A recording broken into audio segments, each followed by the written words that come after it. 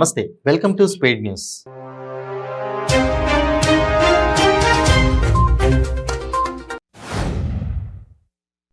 తెలంగాణలో కుటుంబ పాలనతో అవినీతి రాజ్యమేలుతోందని ప్రధాని మోదీ సంచలన ఆరోపణలు చేశారు. అవినీతి, కుటుంబ పాలన రెండు ఒకటేనని, కుటుంబ పాలనలో అన్ని వ్యవస్థలను తన కంట్రోల్లో ఉంచాలనుకుంటుందన్నారు. అవినీతి పరులకు వ్యతిరేకంగా పోరాడాల్సిన అవసరం ఉందా లేదా అని ప్రధాని ప్రశ్నించారు. ఓయూలో ప్రధాని మోడీకి వ్యతిరేకంగా బీఆర్ఎస్పీ నాయకులు నిరసన చేపట్టారు. మోదీ దిష్టి బొమ్మను దహనం చేశారు. ఈ సందర్భంగా వారు మాట్లాడుతూ సింగరేణికి బొగ్గు బ్లాకులు ఇవ్వకపోవడం వల్ల కార్మికులు భారీగా నష్టపోతున్నారని అన్నారు. ఎన్నిసార్లు తెలంగాణ ప్రభుత్వం లేఖలు రాసినా కూడా పట్టించుకోకుండా వేలానికి పెట్టారని దుయ్యబట్టారు. మీర్పేట్ పోలీస్ స్టేషన్ పరిధిలోని టీకేఆర్ కాలేజీలో ఏర్పాటు చేసిన ఎస్ఐ ఎగ్జామ్ సెంటర్ను రాచకొండ సిపి చౌహాన్ సందర్శించారు.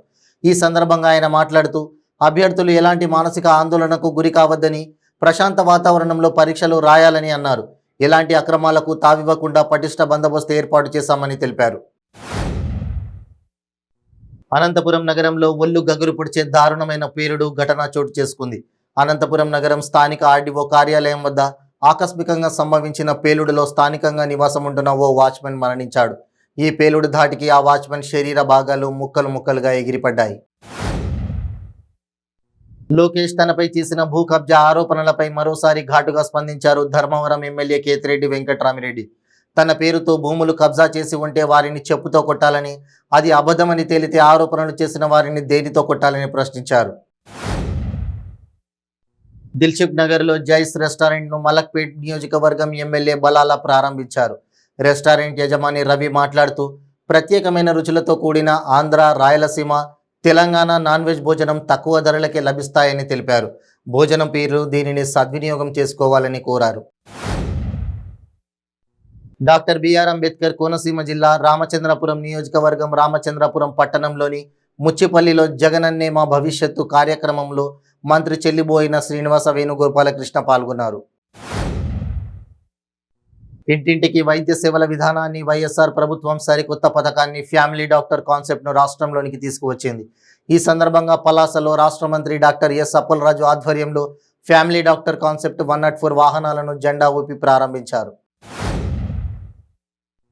రాష్ట్ర వ్యాప్తంగా ప్రారంభమైన జగనన్నే మా భవిష్యత్తు కార్యక్రమంలో పెనుకొండ నియోజకవర్గం సోమందేపల్లి మండలంలోని బాలాజీ నగర్లో పెనుకొండ ఎమ్మెల్యే శంకర్ నారాయణ జగనన్న రథసారలతో కలిసి ప్రతి గడపకు వెళ్లి పలకరిస్తూ జగనన్న పాలనలో జరుగుతున్న మంచి గురించి అడిగి తెలుసుకొని జగనన్న పాలనపై ప్రజా అభిప్రాయాన్ని సేకరించారు. విశాఖ స్టీల్ ప్లాంట్ ప్రైవేటీకరణకు వ్యతిరేకంగా విశాఖ ఉక్కు పరిశ్రమ పోరాట కమిటీ చేస్తున్న రిలే నిరాహార దీక్షలు కూర్బన్నపాలెం వద్ద నేటికి 784వ రోజుకు చేరుకుంది. దీక్షలో బీఆర్ఎస్ నాయకుడు జగన్ మురారి ఒక్కరోజు దీక్షలో పాల్గొన్నారు. రాష్ట్రపతి ద్రౌపది ముర్ము ఈశాన్య రాష్ట్రం అస్సాంలో పర్యటిస్తున్నారు. ఈ సందర్భంగా ఆమె తొలిసారిగా సుఖోయ్ 30 MKI యుద్ధ విమానంలో ప్రయాణించారు.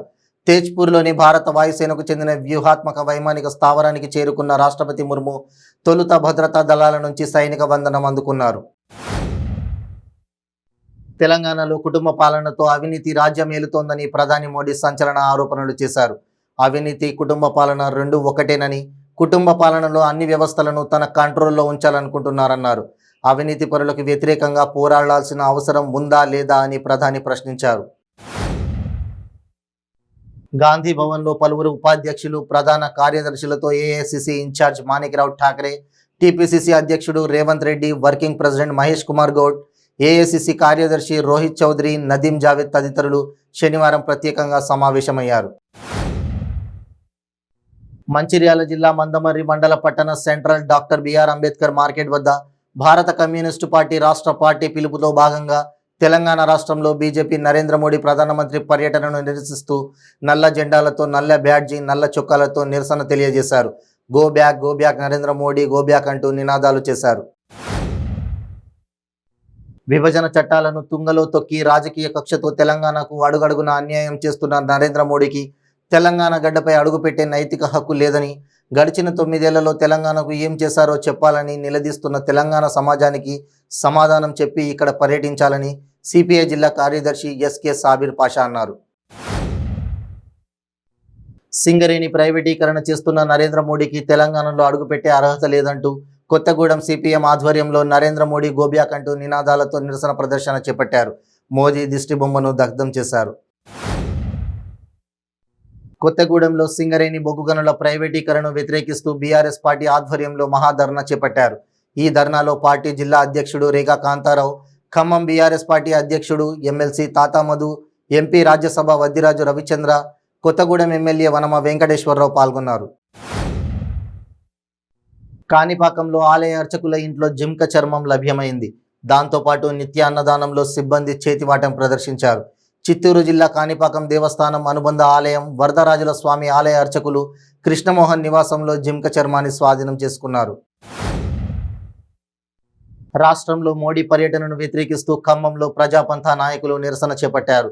మోడీ పర్యటనను ఖండిస్తూ నగరంలోని గట్టయ్య సెంటర్లో ఆందోళన నిర్వహించారు. తెలంగాణ రాష్ట్రానికి విభజన హక్కులు నెరవేర్చని ప్రధాని మోడీకి రాష్ట్రంలో పర్యటించే హక్కు లేదన్నారు. తెలంగాణలో సింగరేణి బొగ్గు గనుల ప్రైవేటీకరణను వ్యతిరేకిస్తూ హైదరాబాద్ లక్డీ కపూల్ సింగరేణి భవన్ వద్ద గోబ్యాక్ మోడీ అంటూ బీఆర్ఎస్ కేవీ, బీఆర్ఎస్ కార్మిక విభాగం, బీఆర్టీయూ సంఘం నేతలు నిరసనకు దిగారు. బీఆర్టీయూ అధ్యక్షుడు రాంబాబు యాదవ్ మాట్లాడుతూ లాభాల బాటలో ఉన్న సింగరేణి ప్రైవేటీకరణ చేయడం కేంద్ర ప్రభుత్వపు దుర్మార్గపు చర్య అని అన్నారు. తిరుమల శ్రీవారిని పలువురు ప్రముఖులు దర్శించుకున్నారు.